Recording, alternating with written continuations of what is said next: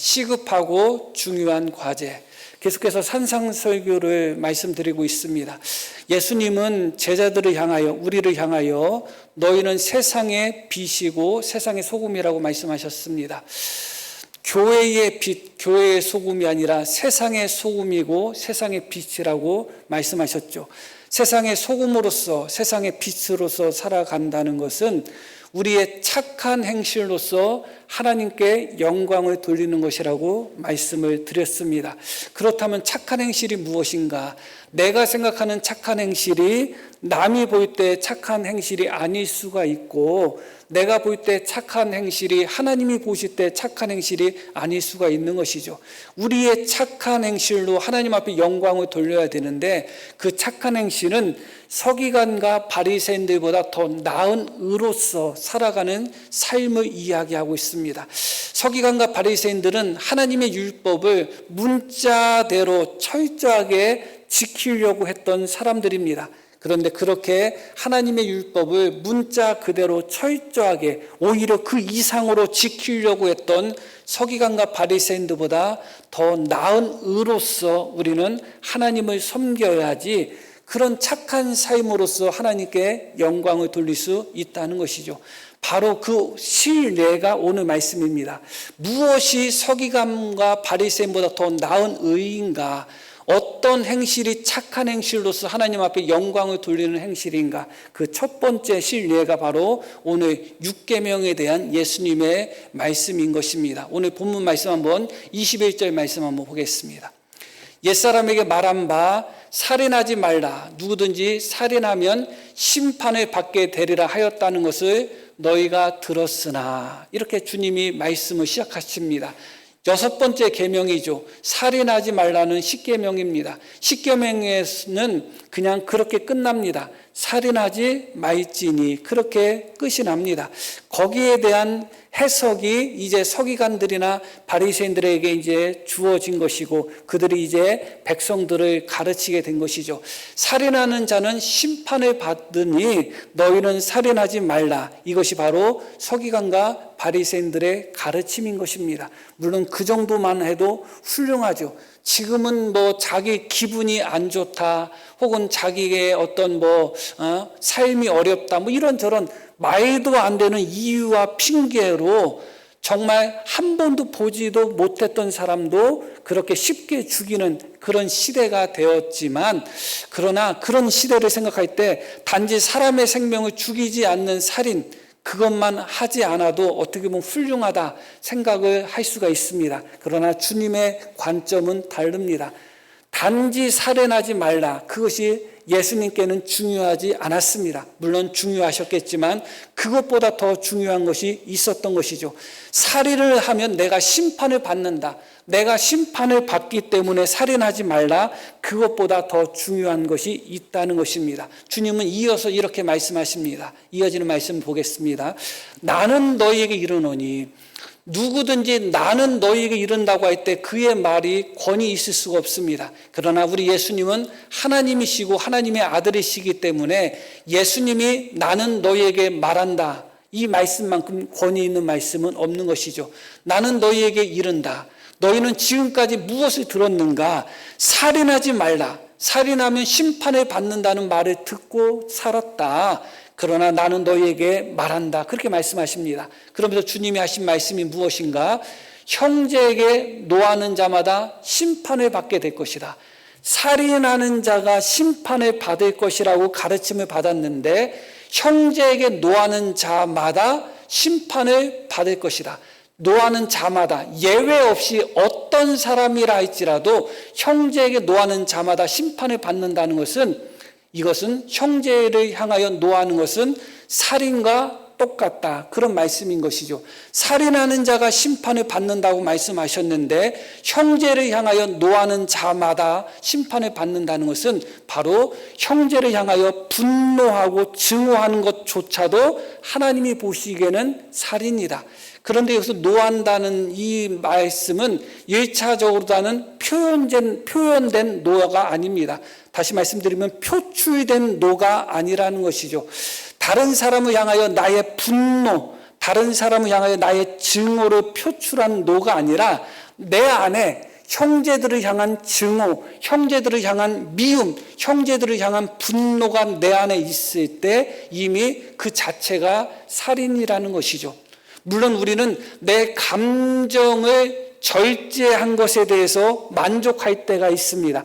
내 마음속에 누구를 미워하는 마음이 끌어넘치고 내 마음속에 분노가 끌어넘치는데 그것을 표출하지 않고 그것이 터뜨려지지 않고 내가 찍어 눌렀을 때 스스로는 흐뭇해할 수가 있습니다. 그러나 스스로 흐뭇해하기 이전에 무엇을 먼저 생각해야 되는가? 내가 이미 내 형제를, 내 친구를, 내 이웃을 함께 신앙생활하는 그 교인을 미워했고 혹은 죽이고 싶어하는 마음이 있었고 혹은 저주하고 싶어하는 마음이 내 마음속에 먼저 있었다는 것을 점검하셔야 되는 겁니다.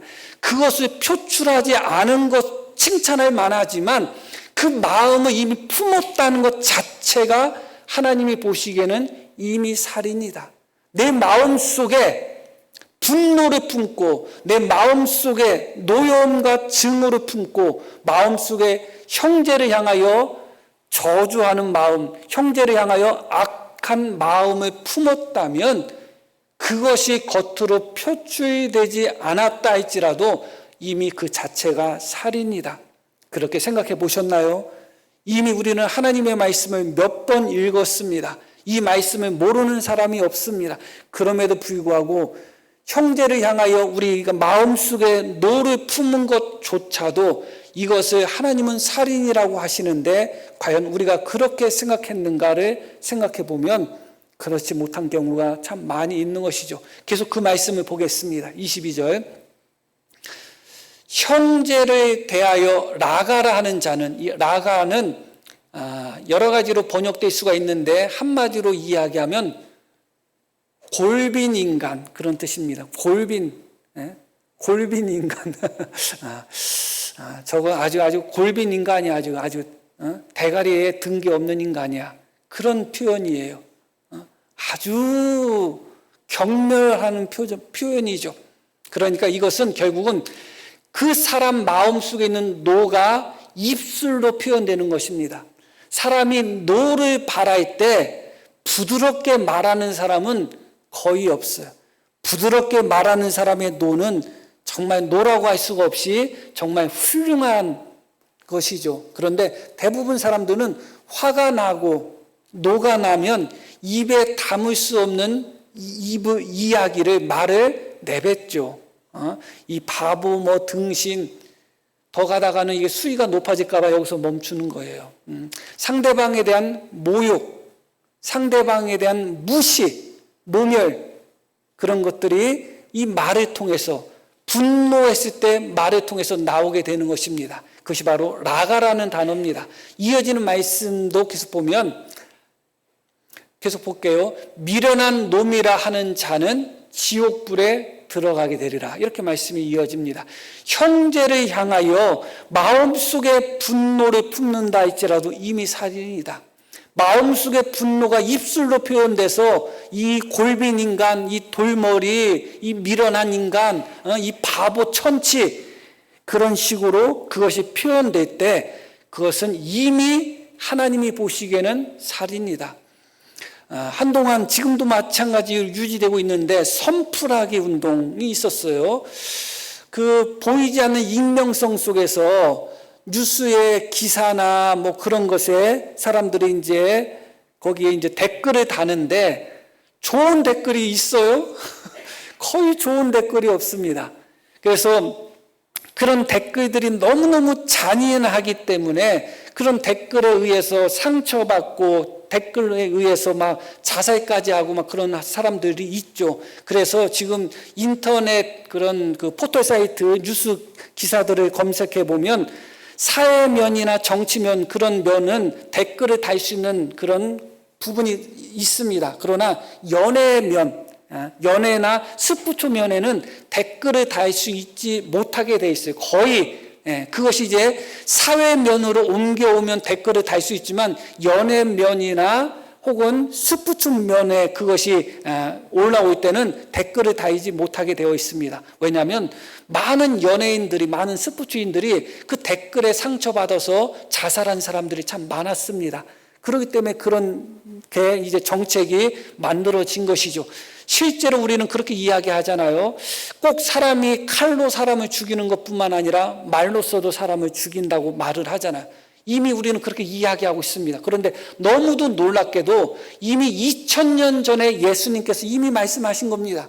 형제를 향하여 바보 천치라고만 이야기해도 골빈 인간, 생각 없는 인간, 그것은 다르게 이야기하면 살 가치가 없는 인간이라는 것입니다. 사람을 완전히 인격적으로 깔아뭉개는 것입니다. 사람을 완전히 무시하고 모멸감을 주는 것이죠. 그렇다면 이미 너는 살인한 것이다. 그렇게 말씀하고 있습니다. 이 말씀을 묵상하면서 제 자신도 많이 또 돌아보는 기회가 사실은 됐습니다. 사람을 무시한다는 것이 참 쉬운 것 같습니다. 너무 쉬운 것 같아요. 너무 쉽게 사람에 대한 나보다 못한 모습, 나보다 멍청한 모습, 나보다 멍청한 그런 말을 하거나 행동을 할 때 우리는 나도 모르게 그 사람을 무시해 버립니다. 그것이 얼마나 큰 죄인지도 모르고 무시해 버리죠. 인격을 깔고 뭉갭니다.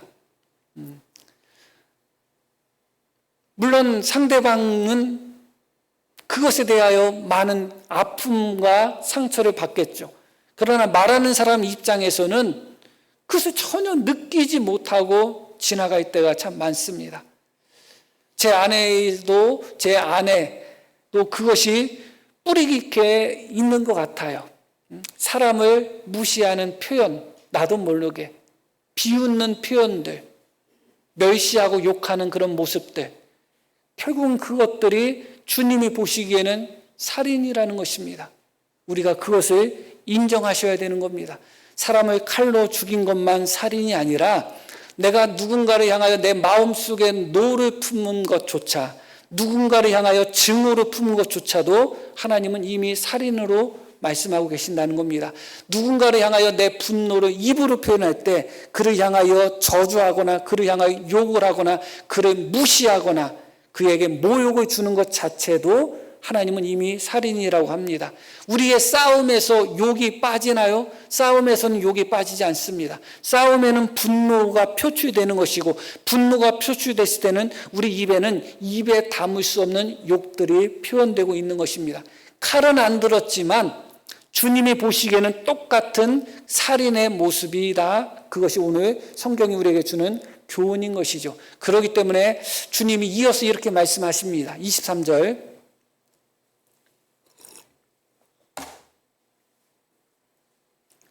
그러므로 형제를 향하여 노를 바라는 것, 그것이 마음속에 있는 노든 겉으로 표현된 노든, 형제를 향하여 심지어 바보, 천치, 골빈 인간, 그렇게 형제를 모욕하는 것조차도 이미 하나님이 보시기에는 살인이고 그 사람에게도 살인과 동일한 효과가 있다는 겁니다. 그러므로 예물을 제단에 드리려다가 거기서 내 형제에게 원망 들을 만한 일이 있는 것이 생각나거든 예물을 제단 앞에 두고 먼저 가서 형제와 화목하고 그 위에 와서 예물을 드리라. 이 먼저라는 단어가 들어간 가장 유명한 성경 구절이 있습니다. 너희는 먼저 그의 나라와 그의 의를 구하라. 6장에 나오는 말씀이에요. 그런데 6장에 먼저 그의 나라, 하나님의 나라와 하나님의 의를 구하라고 하셨던 그 말씀 전에 먼저라는 단어가 가장 첫 번째 나온 곳이 이곳입니다. 그런데 그 사용된 예가 우리를 당황하게 만들어요. 하나님 앞에 하나님 제단에 예물을 드리려고 했던 바로 그 순간에 형제에게 어떤 내가 악담을 했거나 혹은 형제를 모욕했거나 욕했거나 그렇게 형제에게 내가 잘못을 해서 그 형제에게 원망 들을 일이 생각이 그 순간에 거기서 생각났다면 그 재물을 거기에 두라는 겁니다. 드리지 말라는 겁니다. 먼저 제물을 드리고, 먼저 하나님께 예배를 드리고, 먼저 하나님께 기도를 하고, 그 후에 가서 형제와 화목하라. 그것이 아니라 하나님 앞에 제물을 드리려고 하다가도 멈추고 먼저 형제와 화목하고 형제와 화해한 후에, 그런 후에 와서 하나님께 제사를 드려라. 하나님께 예배 드리는 것보다, 하나님께 제사 드리는 것보다 형제와 화해하는 것이 훨씬 더 시급하다는 것이죠. 왜냐하면 형제를 향하여 욕을 하는 것조차도, 형제를 모욕하는 것 자체도, 형제를 향하여 분노를 품는 것 자체도 하나님이 보시기에는 이미 살인이기 때문에 그래요. 살인한 상태에서 하나님 앞에 제사를 드리고, 살인한 상태에서 하나님 앞에 예배를 드리고, 살인한 상태에서 하나님 앞에 기도한다 해서 하나님이 받으시겠어요? 받지 않겠죠. 그러고 내가 하나님 앞에 아무런 일이 없다는 듯이 하나님 앞에 제사 드리는 그 순간에, 하나님 나의 죄를 용서해 주세요 하면서 하나님 앞에 제사 드리고 예배 드리고 기도하는 그 순간에 나로 말미암아 상처받고 나로 말미암아 고통받은 그 형제는 괴로워하고 있단 말이에요. 나는 하나님 앞에 할렐루야 노래 부르고 있고 찬양하고 있는 그 순간에 내 말로 인하여, 내 행동으로 인하여, 내 눈짓으로 인하여 상처받고 고통받은 그 형제는 그 아픔 속에서 신음하고 있는 것이에요. 그런데 어찌 내가 지금 그 형제는 그 고통으로 말미암아 너의 입술의 비수보다 더 날카로운 그 입술의 말로 말미암아 지금 상처 속에서 괴로워하고 있는데, 내가 하나님 앞에 하나님 이 제물 받으세요, 하나님 우리 예배 받으세요, 하나님 나의 찬양 받으세요, 어찌 그렇게 할 수 있겠느냐 그거예요. 그렇기 때문에 멈추고 먼저 내 형제와 화해한 후에, 그런 후에 돌아와서 하나님 앞에 제사 드리고 예배 드리라는 겁니다. 무엇이 시급하고 무엇이 중요한지, 무엇이 먼저인지, 무엇이 첫째인지를 기억하셔야 돼요. 오늘 본문에서 우리가 배우는 것이 하나님을 섬기는 자들에게 있어서는 먼저 중에 먼저입니다. 첫째 중에 첫째인 것입니다. 가장 시급하고 중요한 것 중에 첫 번째인 것입니다. 그것이 무엇이라고요?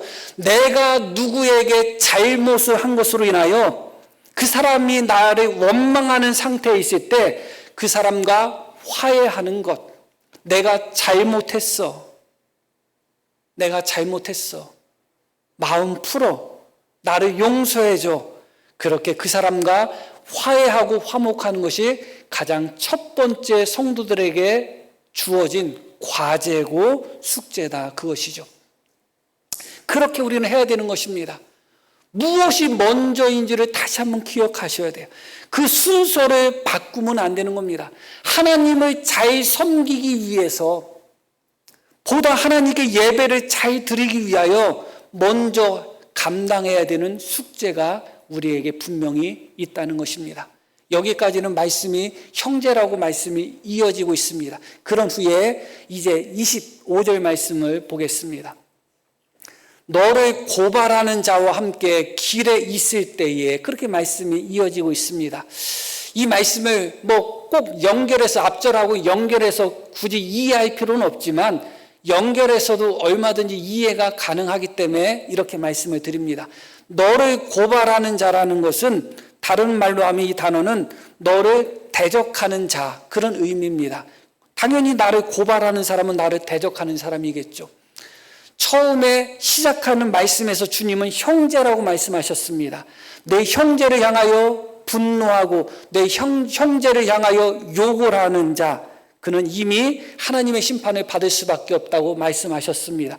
그렇기 때문에 하나님 앞에 제사를 드리려고 하다가도 형제에게 원망들이 있으면 그 형제와 화목을 하라, 그렇게 말씀합니다. 그런데 그렇게 화목하지 못했을 때, 그렇게 화해하지 못했을 때, 서로 용서를 빌고 용서를 구하고 용서를 하고, 그래서 그것을 회복하고 그 어려움과 그 상처를, 그것을 다시 싸맬 수 있는 그 기회를 놓쳤을 때, 서로가 화해할 수 있는 그 기회를 놓쳤을 때 결국은 서로가 무엇이 될 수밖에 없어요?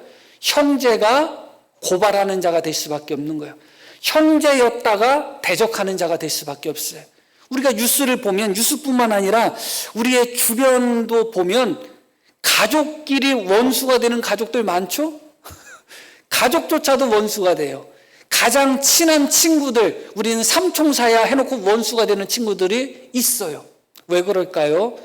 서로 용서를 구하고 서로 용서를 해줄 수 있는 그 기회를 놓쳤기 때문에 그래요. 그러면 형제가 대적이 되는 겁니다. 형제가 고발하는 자, 고소하는 자가 되는 것입니다. 친구가 대적이 되어버리는 것이죠. 그 상황으로 이해하시면 좋을 것 같습니다. 25절 말씀 다시 보겠습니다. 너를 고발하는 자와 함께 길에 있을 때에 급히 서로 사화하라. 서로 합의를 하는 것입니다. 급히. 그 고발하는 자가 너를 재판관에게 내어주고 재판관이 옥리에게 내어주어 옥에 가둘까 염려하라. 만약에 그렇게 재판까지 가서 옥에 갇히게 되면 어떻게 되는가? 이어지는 말씀 계속 보면 진실로 내게 이르노니 내가 한 푼이라도 남김없이 다 갚기 전에는 결코 거기서 나오지 못하리라. 재판관에게 가서 재판을 받으면 돌이킬 수 없다는 겁니다. 그러기 전에 그 형제였던 자, 지금은 나를 고소하는 자, 나를 대적하는 자, 그 사람과 급히 어디까지 가기 전에, 재판정까지 가기 전에, 재판을 하기 전에, 거기까지 가기 전에 길에서 급히 서로 화목하라, 화해하라, 합의보라, 그렇게 말씀하고 있는 것이죠. 이것을 우리의 삶에 잠깐 비춰서 생각해 볼 수가 있습니다. 우리의 인생은 결국은 우리는 인생 길을 걸어가고 있는 것이잖아요. 우리 인생길이 끝나는 마지막에 무엇이 있는가? 하나님의 법정이 있어요. 하나님의 심판대 앞에 다 설 수밖에 없습니다. 그게 인생의 마지막이에요. 하나님 앞에 다 결산할 수밖에 없어요. 그런데 우리의 인생은 그렇기 때문에 어디로 걸어가고 있는가? 결국은 예수님을 믿는 사람이든 믿지 않는 사람이든 하나님의 법정 앞으로 걸어가고 있는 것입니다.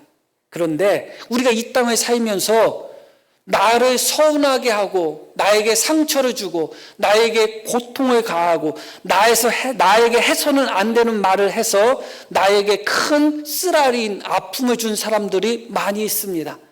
그리고 반대도 많아요. 나 때문에 상처받고 나 때문에 손해보고 나 때문에 고통당하고 나 때문에 지금 눈물 흘리는 사람도 많아요. 그들과 우리가 속히 화목하지 않으면 우리의 인생길은 하나님의 법정으로 향하여 걸어가는 인생길인데 그 인생길에 우리는 우리를 하나님 앞에 고소할 사람들과 동행하고 있는 것과 동일한 것입니다. 우리 성도님들을 고소할 사람 몇 명과 지금 인생길을 동행하고 있습니까? 내가 주님 앞에 가기 전에 해결하지 않으면 그는 하나님 앞에 나를 고소할 것입니다. 내가 말로써 상처 주고 내가 감정으로써 고통스럽게 만들고 그랬던 그 사람, 내가 그 사람과 화해하지 못한 상태에서 우리의 인생길을 걸어가면 그 사람은 나의 고소자로서 함께 인생길을 걸어가고 있는 것입니다. 주님 앞에 서기 전까지 둘 중에 한 사람이라도 먼저 주님 앞에 도달하면 기회는 잃어버리는 것입니다. 내가 그 사람하고 화해하기 전에, 용서를 구하기 전에 내가 먼저 죽어버리면 이미 하나님 앞에 법정 앞에 서기 때문에 용서를 구할 수가 없습니다. 반대로 내가 그 사람에게 용서를 구하려고 했는데 그 사람이 나보다 먼저 죽으면, 그래서 많은 사람들이 누군가가 죽고 난 후에 후회하는 사람이 많아요. 이렇지 않았으면 내가 진작 그 친구가 죽기 전에 내 잘못을 그 친구에게 용서를 빌 걸 하면서 후회하는 사람이 많아요. 우리는 그 길을 걸어가고 있는 것입니다.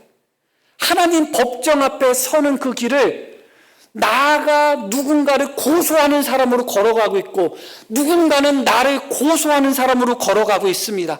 인생길을 피차 서로가 고소를 하고 고소를 받는다고 표현해야 되나요? 고소인과 피고소인으로 이 길을 걸어가고 있는 것입니다. 둘 중에 하나라도 누군가가 하나님 앞에 먼저 도달하면 회복할 수 있는 기회가 없습니다. 용서받을 수 있는 기회도 없고 용서할 수 있는 기회도 없는 것입니다. 그렇기 때문에 길에서 급히 사과하라는 것입니다. 도달하기 전에. 나은 날은 있다 할지라도 순서는 있다 할지라도 가는 날의 순서는 없다고 말씀하잖아요. 언제 누가 먼저 갈지 모릅니다. 며칠 전에는 30살 먹은 여자 개그우먼이 그 세상을 떠난 소식이 또 전해졌습니다. 사실은 30살이면 또 얼마나 젊겠습니까? 그리고 또 한 달 정도 전에, 한 달이 조금 안 됐죠. 제 조카, 30살 먹은 조카가 또 암으로 죽었다는 이야기도 제가 말씀을 드렸잖아요. 순서가 없잖아요. 다시 한번 말씀을 드립니다. 우리의 인생길은 하나님의 법정으로 걸어가는 삶입니다. 우리 인생길이 끝나는 그 지점이 하나님 심판대 앞에 서는 지점이에요. 그때 우리가 이 땅에서 내가 상처 주고 고통 준 사람들은 그것을 해결하지 않았고 내가 그 사람에게 용서를 받지 않았다면 그 사람은 나를 고소하는 사람으로서 이 인생길을 같이 걸어가고 있는 것입니다. 반대로 우리가 누군가에게 용서해 줘야 되는데 용서하지 않았다. 그럼 우리도 누군가를 고소하는 사람으로 이 인생길을 걸어가고 있는 거예요. 실제로 세상 법정에서는 한 번도 고소를 하거나 고소를 당해본 경험이 없는 사람이라 할지라도 하나님 법정에서는 우리가 어리석게도 서로 미워하면서 용서하지 않고 서로 미워하면서 용서를 구하지 않는 상태에서 서로가 서로에게 고소인이 되어서 이 인생길을 걸어가고 있는 것입니다. 이 얼마나 슬픈 현실이고 아픈 현실이에요. 세상 법정은 피해갈 수 있다 하지만 하나님의 법정은 피해갈 수가 없는 것입니다. 그렇기 때문에 길에 있을 때 급히 사과하라는 것입니다. 우리는 지금 인생의 노정 안에 있습니다. 아직 길 위에 있습니다. 아직 주님을 만나지 않았기 때문에 그렇습니다. 누가 먼저 주님 앞에 설 수 있을지 모릅니다. 재물을 제단에 들이다가 거기서 생각이 나거든 돌아가서 형제와 화목하라는 말씀처럼 이 말씀을 듣는 순간 누군가가 떠오른다면 지금 당장 일어나서 그 사람에게 갈 수는 없다 할지라도 예배를 마친 후에 오늘이 가기 전에 결산하시기를 바랍니다. 화목하시기를 바랍니다. 서로 화해하시기를 바랍니다. 서로가 서로에게 고소자가 돼서는 안 되는 것이죠. 26절 말씀을 보겠습니다. 진실로 내게 이르노니 내가 한 푼이라도 남김없이 다 갚기 전에는 결코 거기서 나오지 못하리라. 한 푼이라도 남김없이 다 갚기 전에는 결코 거기서 나오지 못할 것이다. 이 말씀이 의미하는 것이 무엇이냐? 고소자가 우리를 고소하면 하나님은 우리를 용서할 수가 없다는 겁니다. 오늘 새벽에도 민수기의 말씀을 통해서 배웠는데 우리의 용서는 하나님 앞에서만 이루어지는 것이 아닙니다. 누군가에게 잘못을 하고 죄를 졌다면 먼저 무엇을 하라고요? 하나님 앞에 속죄의 제물을 드리기 전에 먼저 그 사람과 가서 용서를 구하고 그 사람에게 화해를 하라는 겁니다. 그래야지 하나님이 너를 용서해 줄 거라는 겁니다. 누군가가 너를 고소하면 그래서 내가 옥에 갇히면 홀이라도 남김없이 한 푼이라도 남김없이 다 갚기 전에는 거기서 나올 수 없다는 겁니다. 하나님이 용서하지 않는다는 겁니다. 한마디로 말씀드리면 사람에게 용서받지 못한 사람은 하나님 앞에 용서 못 받아요.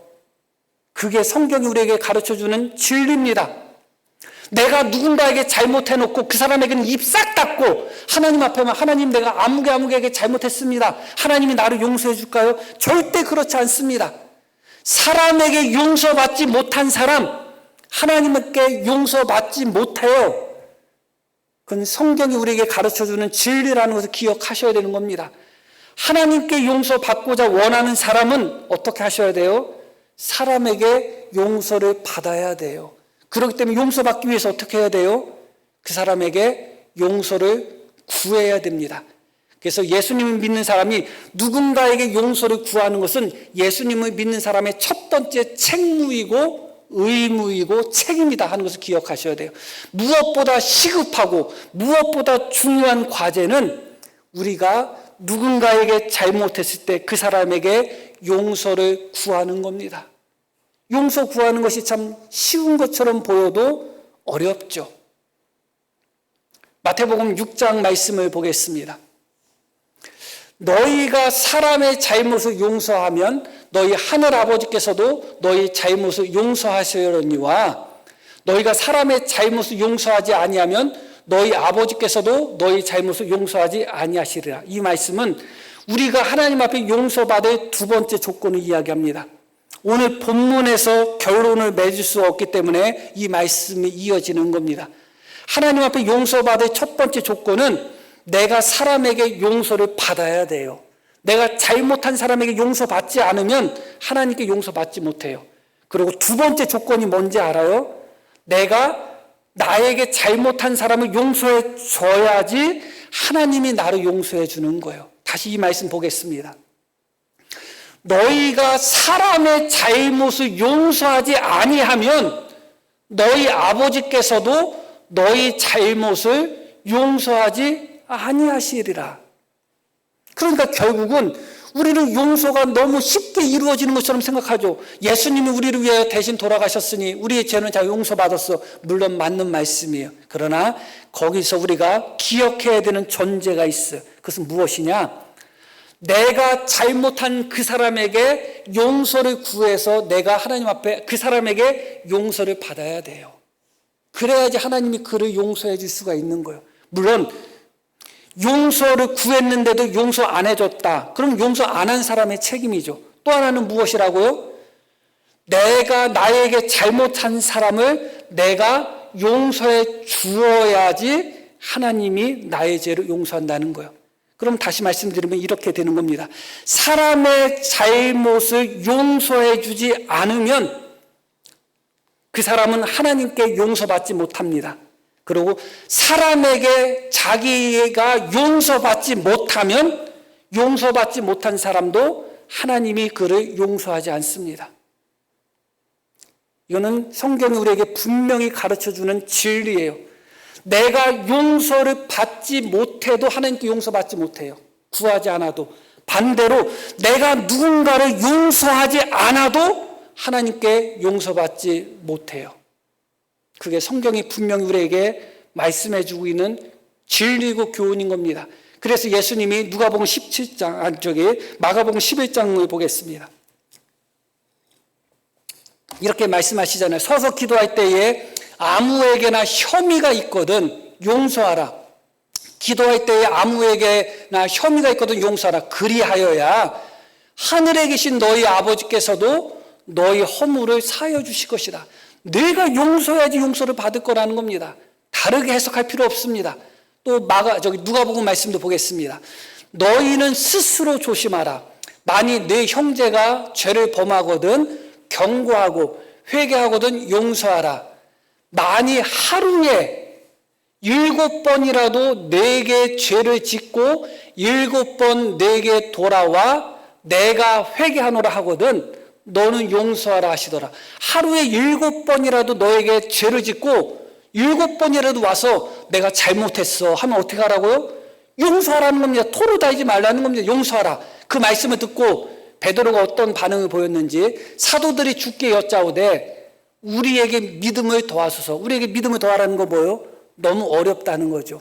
용서가 어려워요. 그런데 한 가지 기억할 것은 하루에 내가 누군가에게 7번을 잘못한 후에 그 사람에게 7번이나 가서 내가 잘못했어. 나 용서해줘. 이렇게 용서를 구하는 것도 용서를 하루에 7번 하는 것 못지않게 어려워요. 우리는 용서하는 것만 어렵다고 생각하죠. 용서를 구하는 것이 더 어려울 때가 많아요. 저는 가만히 생각해 보니까 차라리 7번 내가 용서하는 게 속편하지. 아유, 벼룩도 낯짝이 있다고 7번씩이나 하루에 내가 똑같이 잘못해놓고 내가 잘못했어, 용서해줘. 그렇게는 못하겠더라고요. 오히려 용서를 구하는 게 더 어렵구나 하는 생각이 듭니다. 중요한 것은 무엇이냐? 용서를 구하는 것.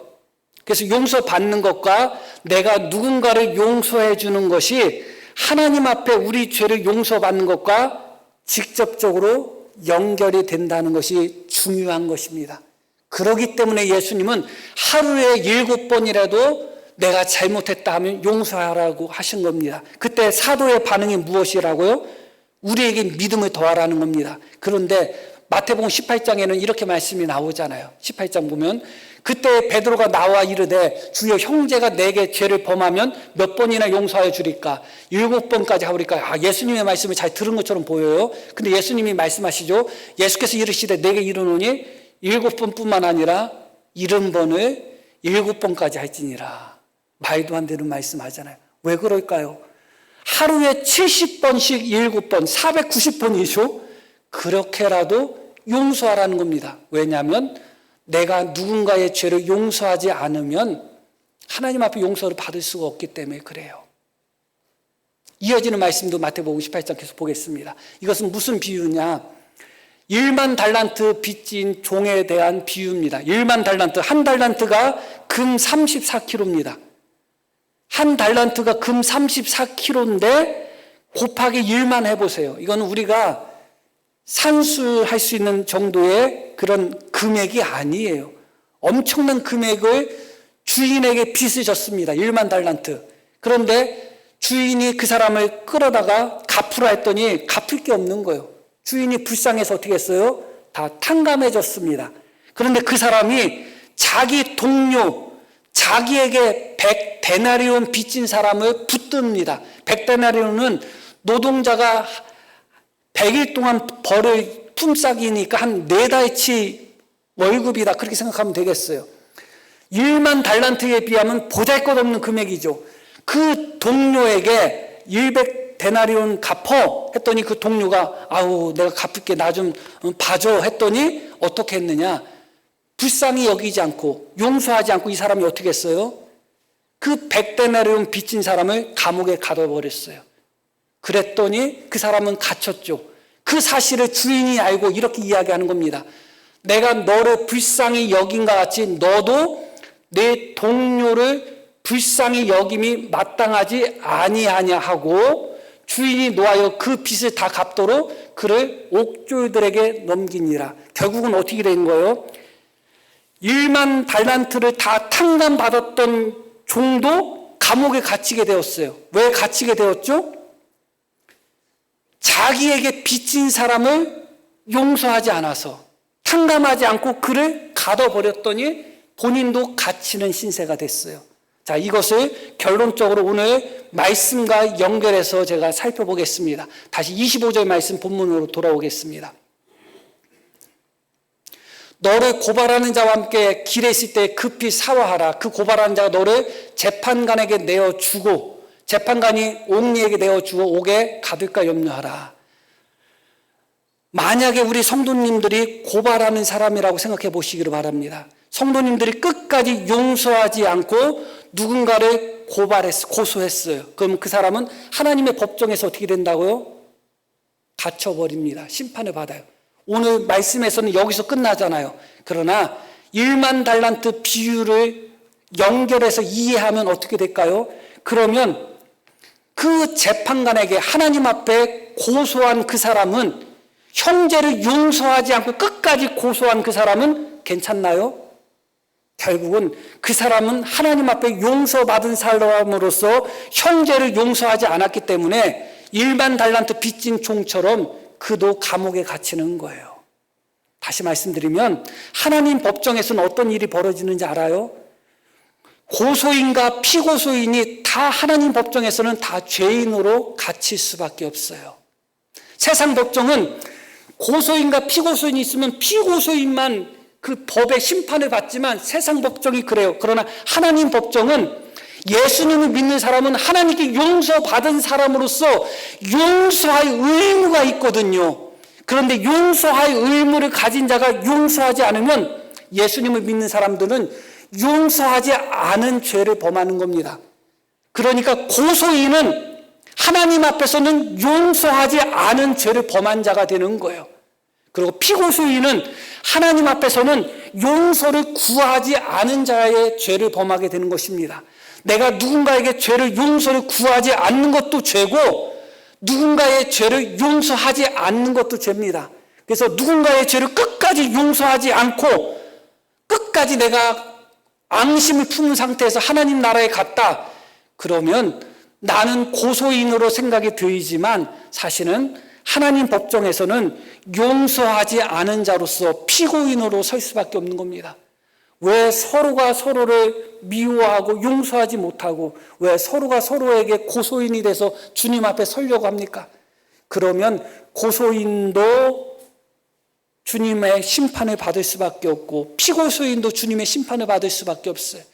1만 달란트 비유에서 1만 달란트 탕감받은 사람도 결국은 어디에 갇혀요? 감옥에 갇혔어요. 100데나리온 동료에게 빚진 사람도 결국 어디에 갇혔어요? 감옥에 갇혔어요. 그런데 만약에 1만 달란트 용서받은 사람, 탕감받은 사람이 나는 주인에게 1만 달란트를 탕감받았구나 하고 감사하는 마음으로 그 동료 100데나리온 빚진 동료를 탕감해주고 용서했다면 아무도 감옥에 안 갔겠죠. 서로가 서로를 용서해주고 용서를 구하면 하나님 법정에 설 일이 없습니다. 그러나 서로가 서로를 용서하지 않고 서로가 서로에게 고발자가 되고 용서를 구하지 않는다면 모두 다 하나님 법정에서 심판을 받을 수밖에 없다는 것을 기억하셔야 돼요. 예수님을 믿는 사람들은 용서를 구할 의무가 있고 용서를 해 주어야 될 의무가 있습니다. 그런데 어떻게 예수님을 믿는 사람들이 이렇게 용서를 못하고 예수님을 믿는 사람들이 어떻게 이렇게 용서를 구하지 못하고 있어요? 예수님을 믿는다는 것은 용서를 구하는 삶이고 또 용서하는 삶인 것을 다시 한번 기억하기를 소망합니다. 자, 우리 들으신 말씀 기억하시고 우리 함께 기도하시겠습니다.